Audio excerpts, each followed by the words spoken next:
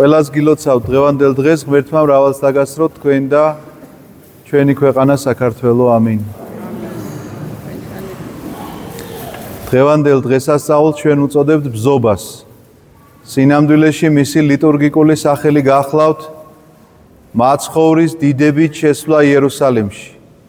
ეს გახლავთ ძალიან დიდი დღესასწაული. ეს გახლავთ დასასრული დიდი მარხვისა. მე არ ვიცი გიფიქრიათ თუ არა ამაზე რატომ არის დღევანდელი დღე დასასრული დიდი მარხვისა და რა არის დარჩენილი ბოლო ერთი კვირა აღდგომამდე. ის დღეები რაღაც ემსახურება მაშინ. აი ამ ყველაფერზე მინდა დღეს გითხრათ ორიოდე სიტყვით. პირველ რიგში რითიც უნდა დავიწყო არის ის რომ ბზობის დღესასწაული ანუ დიდებით შესვლა იერუსალიმში გახლავთ სიხარულთან ერთად გარკვეული სევდისმომგვრელი დღესასწაული. იმიტომ რომ ქრისტე ჯვარცმისთვის ემზადება და ჩვენ ამისთვის გვამზადებს ყველას თავის მოციქულებს უთხრა რომ მე მივდივარ იერუსალიმში რომ ეს შეურაცხყოფა დავითმინო და ჯვარცმა და სიკვდილი დავითმინო. მაგრამ ამავდროულად იცი რომ სიხარულია. იმიტომ რომ შენ გადარჩები. ამ ყველაფრიდან გამომდინარე. ეს გავს ესეთ ისტორიას, ოდესაც მამა გადაფარებია თქვა თავის შვილს და უთქვამს რომ არა მე დამხრიტეთ მე მომკვე ოღონდ მან იცოცხლოს. ოღონდ ის ბედნიერი იყოს. ოღონდ ის კარგად იყოს მე მზად ვარ რომ შევეწირო ამას ყოველივეს და შვილი ამ დროს რას განიცდის. რა თქმა უნდა სევდას მამის თავგანწირვის გამო და სიხარულს მისი გადარჩენის გამო. სწორედ ამიტომაც არის გარკვეული სევდა აი ამ სიხარულთან ერთად, რომელიც ამ დღესასწაულს თანახლავს მეთქი. მაგრამ ახლავს კიდე უფრო სხვა რამეც, სხვა სევდაც ახლავს ამას. ეს გახლავთ საზოგადოების დამოკიდებულება ღმერთის მიმართ, ზოგადად დღესასწაულის მიმართ, ეკლესიის მიმართ. თითოეული ჩვენგანის დამოკიდებულება ერთმანეთის მიმართ.ახლავე გეტყვით, რასაც გულისხმობ. რამდენადაც არავის მინდა გული ვატკინო და დავწყვიტო, იმდენად უნდა ვთქვა ეს საკითხი. უთქმელობაც არ ივარგებს მე ვფიქრობ, იმიტომ რომ ადამიანები, რომლებიც იკრიბებიან ბზობის დღესასწაულზე, ყოველთვის აღემატება ყველა სხვა დღესასწაულს. იმიტომ რომ რაღაცას ელოდებიან ღმერთისგან, ხო მართალია? ბზობის დღესასწაული დიდებით შესვლა იერუსალიმში იცით რა იყო? ძალიან დიდი მოლოდინი იყო.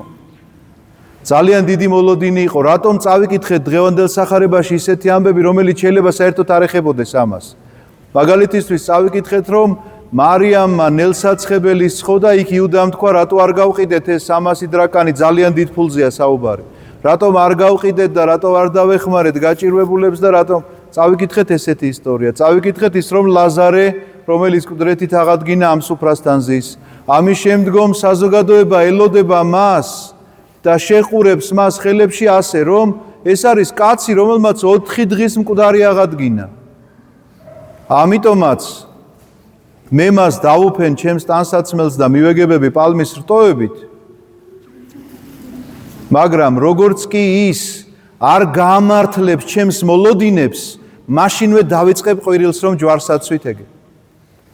მაშინვე მე აღარ მოვალ ტაძარში, იმიტომ რომ მან არ გაამართლა ჩემი იმედები. ეს თუ ასე არ არის, მაშინ რატომ დღეს აქ ამდენი ხალხი და რატომ არ იდგება აპრილის მეორე ნახევარში? თუ ეს ასე არ იქნება, მე გამოვალ და ყველას წინაშე მოვიხდი ბოდიშს. და თუ ეს ასე იქნება, თითოეული თქვენგანისთვის იყოს ეს შეხსენება იმისა, რომ რატომ იდექი ბზობის დღესასწაულზე. რატომ გადაწყვიტე რომ ამ დღესასწაულზე ზიარებულიყავი.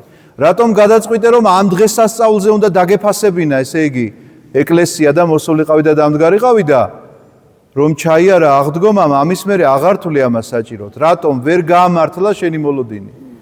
რას ელოდებოდი და რა ვერ გაგიმართლა? აი ესეთი იყო, არ გეგონოთ თქვენ 21 საუკუნის წინ მომხდარი ამბავი. ასეთი რამ ჩვენს ყოველდღიურობაში ხდება. ჩვენ ასე ვცხოვრობთ, ასე უყურებთ ღმერთს, ასე წარმოგვიდგენია ღმერთი და ასე წარმოგვიდგენია საკუთარი თავი. კიდევ უფრო მეტად დავწვრილმანდები და გეტყვით რას გულისხმობ ამაში. გადაწყვიტეს რომ მაცხოვარი ეკურთხებინათ მეფედ. ორი შემთხვევა არის ესეთი სახარებაში მოთხრობილი.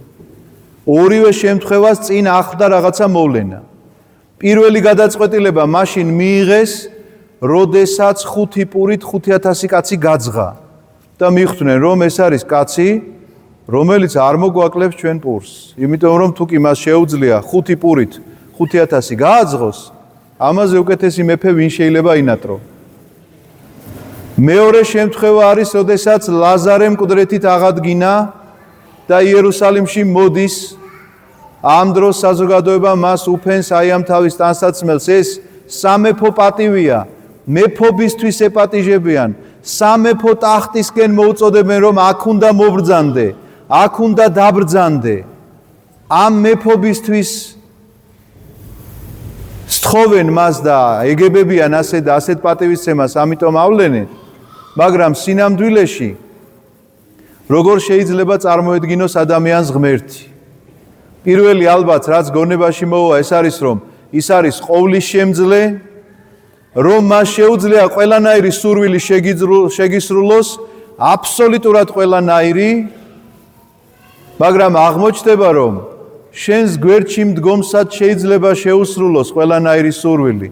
და თუ თქვენი სურვილები ერთმანეთთან წინააღმდეგობაში მოდის, მაშინ რომელს უნდა შეუსრულოს, ხომ არ იცით? ამიტომაც დგები დილემის წინაშე, რომ მე რომ არ მისრულებს აი ამ სათხოვარს, რატომ არ მისრულებს ამ კითხვას უნდა უსვავდე საკუთარ თავს, მაგრამ კითხვას კი არ სვავ, იმედგაცრუებული რჩები. ამიტომაც დგას ბზობაზე ამდენი ხალხი 21 საუკუნის წინ რომ იდგა, დღესაც დგას, მაგრამ აღარ დგას სხვა დღესასწაულებზე, იმიტომ რომ იმედგაცრუებული დარჩა და რას ელოდებოდნენ? ელოდებოდნენ რაღაცა ამ ქვეყნიურს, ამ ქვეყნიურ მეფობას, რომელსაც ის მოიტანდა. აქ რო რაღაცა საქმეებს გაარჩევდა, რომელიც მიდიან და ეუბნებიან, გახსოვს რომ უთხარი ჩემ ძმას გამიყოს ნახევარზე, ესე იგი ჩვენი მამისგან დატოვებული რაღაცა ქონება და მაცხოვარი ეუბნება, მე ვინ დამადგინე ამ ქვეყნის მოსამართლედ. როგორც კი გადაწყვეტენ რომ 5 პურით გაძღება 5000, ეხლა მიაკითხავენ რომ მეფედ უნდა მაცხოვარი გარბის და იმალება და იმიტომ გინდათ ჩემი მეფობა რომ გაძეხით და არა იმიტომ რომ შეგნებული გაქვთ ის ვინ არის თქვენთვის ღმერთი. ამიტომაც ადამიანურ მოთხოვნებამდე როგორც კი დაკავს შენ მისი ყოვლის შემძლეობა, რომ შენს ადამიანურ მოთხოვნილებებს შეიძლება მხოლოდ და მხოლოდ აკმაყოფილებდეს, აუცილებლად იმედგაცრუებული დარჩები, იმიტომ რომ გინდა გაძღომა, კი ბატონო, გაძღები, მოგეცემა ეს საჭმელი, მაგრამ მიხვდები რომ ამ ძღომას ცოტა ხანში კვლავ შიმშილი მოხვება და ახალი საძღომია საშოვნელი. გინდა აღდგომა მკვდრეთით ისე როგორც ლაზარე აღდგა. ოღონდ იცი როგორი აღდგომა გინდა, რომ აღარასდროს აღარ მოკვდე, ლაზარე კვლავ მოკვდა. ამიტომაც იყო მოთხრობილი ის რაც სახარებაში წავიკითხეთ, რომ იუდა ამბობს, რომელსაც გვადრუცი გახლავთ ფულის საცავი, ქისა შეიძლება ასე ვთქვათ, თანამედროვე ქართულად, რომელიც მას ებარა და ამბობს, რომ რატომ არ გავყიდეთ ეს ნელსაცხებელი 300 დრაქანად და რატომ არ დავეხმარეთ გაჭირვებულებს. იცით რატომ ამბობს ამას? იმიტომ რომ ვერ გაამართლა იესო მისი მოლოდინები. ეს ქისა არ იყო პირამდე სავსე და ამას ითხოვდა იუდა სწორედ, მეც კი არაფერს. იქვე სახარებაში მინიშნებულიც არის. გვადრუცი მას ებარა და ხანდახან თავისთვის პირად სარგებლისთვის იღებდა ამ ყველაფერს. ამიტომ სადაც პირადი სარგებლობა შენ ამ ქვეყნიურ მეფედ გჭირდება ქრისტე. სადაც მხოლოდ პირად გამორჩენაზეა საუბარი, ამ ქვეყნიურობისთვის გჭირდება. უკვდავებაც რომ გჭირდება, სასუფევლისეულ უკვდავებაზე კი არ ლაპარაკობ. სადაც არა არის ჭირი, მწუხარება, არა ურვა, არც სასულთქმა, აქაურ უკვდავებაზე ლაპარაკობ. და რა არის აქარეული უკვდავება? დაუსრულებელი ტკივილი, დაუსრულებელი განსაცდელი და დაუსრულებელი რაღაცა დაპირისპირება და ურთიერთშუღლი ერთმანეთისა. ეს გახლავთ აქაურობა. აქაურობაში თუ დავრჩებით უკვდავებად, რა თქმა უნდა ამის მეტი რა შეიძლება იყოს. ამიტომაც ღმერთს, რომელსაც მოიაზრებ ყოვლის შემძლეთ, ეს მისი ყოვლის შემძლეობა სად შეიძლება ვრცელდებოდეს შენ ცხოვრებაში და როგორ შეიძლება ვრცელდებოდეს შენ ცხოვრებაში, ამასაც თუ კარგად არ გაიაზრებ, მაშინ შენთვის ბზობის დღესასწაული დარჩება მხოლოდ და მხოლოდ რიტუალად, როდესაც მიხვედი, ეზიარე, მაგრამ სხვა დღესასწაულებს სათანადო პატივი აღარ მიაგე, იმიტომ რომ მან არ გაამართლა შენი იმედები, ისევე როგორც იუდას იმედები არ გაამართლა. არც იმ საზოგადოების იმედები არ გაამართლა, რომლებიც თავიანთი ტანსაცმელებითა და პალმის რტოებით ეგებებოდნენ და ოსანას უგალობდნენ მას, იმიტომ რომ მათი ჩანაფიქრი იყო, აი მეფე, რომელსაც შეუძლია რომ არ მოვკვდე და მეფე, რომელსაც შეუძლია გამაძღოს და ამ დროს მაცხოვარი ჩუმი და მდუმარე კიცვზე იჯდაო, კიცვი გახლავთ ვირის პატარა შვილი, რა ქვია, კვიცი, ჩოჩორი გახლავთ მოუთვინიერებელი ცხოველი. მასზე არავინ არ იყო ნაჯდომიო, წერია და არავინ რომ არ არის ნაჯდომი და იმაზე კაცი შეჯდეს, ხო იცით რა ემართება? აუცილებლად გაგიჟდება, გადაირევა და ტლინკებს აყრის და ყველანაირად ეცდება, როგორც ძლიერი წარმოება, ყველანაირად ეცდება, რომ ტლინკები აყაროს, ხო მართალია? ესეც კი ამის სიმბოლოა, რომ მაცხოვარი ხმას არ იღებს და აი ამ ჯიუტ ცხოველზე, გაუხედნავ ცხოველზე ჯდება და ჩუმად მიემართება, იცით საით? ხალხი ხო ოზანას უმღერის და ხალხი ხო მეპატიჟება სამეფო ტახტისკენ. ის მიემართება იქეთკენ, სადაც ასეთი სიტყვები უნდა წარმოთქვას, რომ შეუნდე უფალო ამ ხალხს, იმიტომ რომ არ იციან რას აკეთებენ.